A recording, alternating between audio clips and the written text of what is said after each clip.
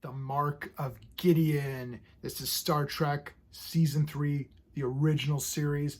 This one's kind of a Season 3 stinker, but we're going to talk about it using my space, system, story, pacing, artistry, characters, enjoyment. Each category gets a score between 0 and 2. 2's the best you can get. There's not going to be any 2s on this one. I'm actually not going to destroy this episode. There's a lot of cool things in it. So let me start by saying that.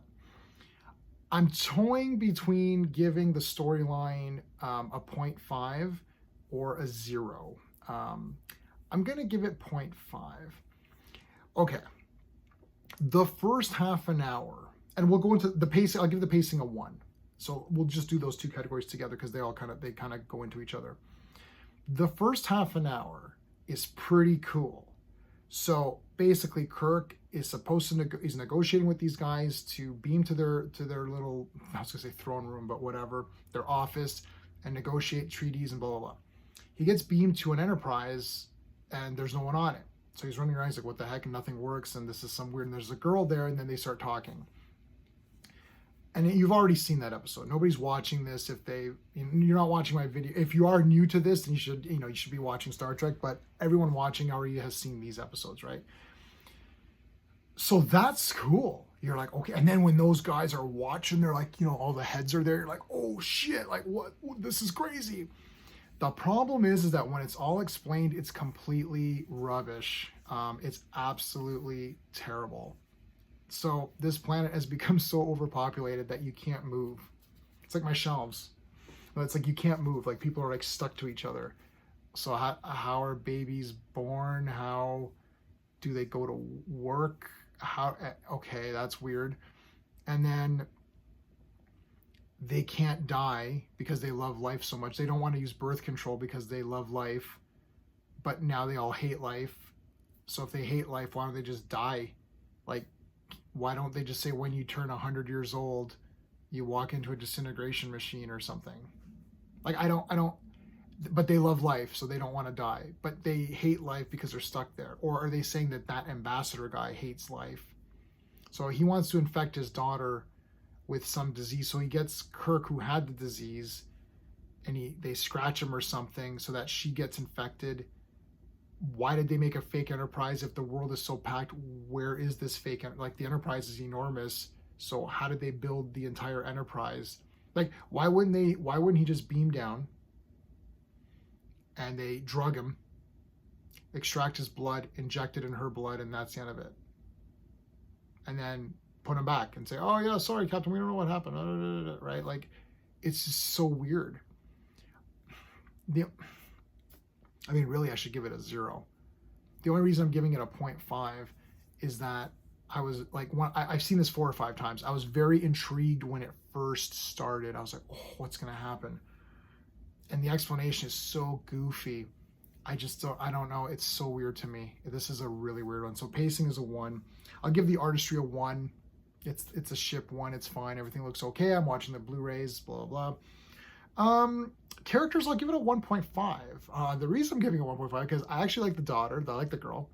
The ambassador guy was a complete piece of garbage and an ass. But I love the way Spock and McCoy and Scotty are dealing with this guy, and Spock is on fire in this episode talking, and it's like, well, ambassador, that's not exactly what I said, or perhaps our meaning wasn't clear. He's trying to be all diplomatic, and then McCoy's like, hey, you'd be pretty good. McCoy's like, you need to stand for that. There's a lot of great. The thing is, this one is saved for me because the characters are so funny, and like Spock and that guy talking is just the best. And then they just tell to transport sounds like, yeah, I'm here. And he's like, it's like, ambassador, you try anything and you're dead. So all of that stuff is so good, and Kirk's great with the girl. And she definitely makes you feel bad. So all of that stuff is really good. And the pacing is not bad, actually, because the information is given to you in a good way. Like, you're confused. You're like, what's going on? You're with the captain. You're like, okay, we got to figure this out. Why is everyone missing? Then they go back and you're like, oh, everyone's not missing. So he's in some other universe or what? And then you find out what it is. So everything is actually given to you in a good, proper pace. Like, you're not sitting around saying, oh, is this going to be explained? The problem is the explanation is absolutely stupid. It's like nonsense. I guess there was an explanation, unlike that latest Doctor Who, which didn't even give you an explanation at all. At least there was an explanation. It just wasn't a very good one. I think I think I'll give the enjoyment factor. I'm looking at my notes here. I think I'm going to give the enjoyment factor a 1. Really, so I'm giving this a 5 out of 10. It is definitely a lower tiered. This could be one of the worst episodes of original Star Trek, just based solely on the explanation of what's going on. I don't mind it though. Like again, it's been tough for me doing these reviews. I'm trying to keep them under 10 minutes, and it's been tough because I actually really love all of original Star Trek. So it's been difficult to try to extract negatives and get angry at stuff.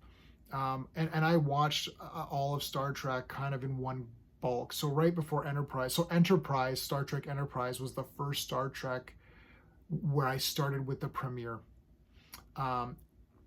So everything else, original series, Next Gen, Deep Space Nine, Voyager, and the cartoon, I watched all of that in maybe like a 3-year span or something like that. I just mass watched all of it. And when you mass watch all of it, you don't see a separation. Like, there's people who watched original Star Trek when they were younger, maybe when it was first on, or perhaps at its first repeats or whatever. They watched it, so they had time to watch it and rewatch it, and they scrutinized it, and that was the only Star Trek they had. So they could be like, well, this episode was a stinker, or this was great, da da da da. Then there's a gap for them, and where they could just rewatch these shows and the movies, and then Next Generation starts. And now they're starting. I literally know people that started season 1, episode 1, Next Generation. Whoa, what's this all about, right? It's different when you do it that way, right? Like when you do even Indiana Jones. I saw Raiders not when it came out. I actually saw Temple of Doom first. I saw Temple of Doom, then Raiders, and then I saw Last Crusade in the theater, and then I waited and saw Dial of Destiny, and then, or whatever it was called, Crystal Skull. And then, so it's like you have a different. And by the time Last Crusade had come out, I'd watch Temple of Doom and Raiders like 100 times. Like I'd watch them all the time. Like I'd watch them every other day. I'd rotate them, right? Some days there'd be Temple of Doom. I'd watch that twice. Like I'd watch it Saturday and Sunday, right? So now Last Crusade comes out and I'm a little disappointed. I'm like, oh, this isn't quite as good, right? Same thing with Star Trek. But when you watch them all together in one bulk thing, you're just like, well, this is Star Trek. Like I don't see Voyager being different than original series. To me, I love all of them and they're all Star Trek. So it's a different perspective. I watched everything together. So to me, it was just like one family. And then I could start, so doing this and trying to scrutinize it and doing the space system on all of these episodes, which I've never done before, it's tough, right? To try to extract negatives. Anyways, this has gone on way too long. I'm just giving you a perspective of where I'm at. Anyway, so that's it for this one. If you like my space system, please like the video, consider subscribing to the channel. Check out Saturday Night Star Trek. That's my friend Clobberin Times channel. They do 4 episodes every Saturday night, so check them out. That's it, everybody. Live long and prosper.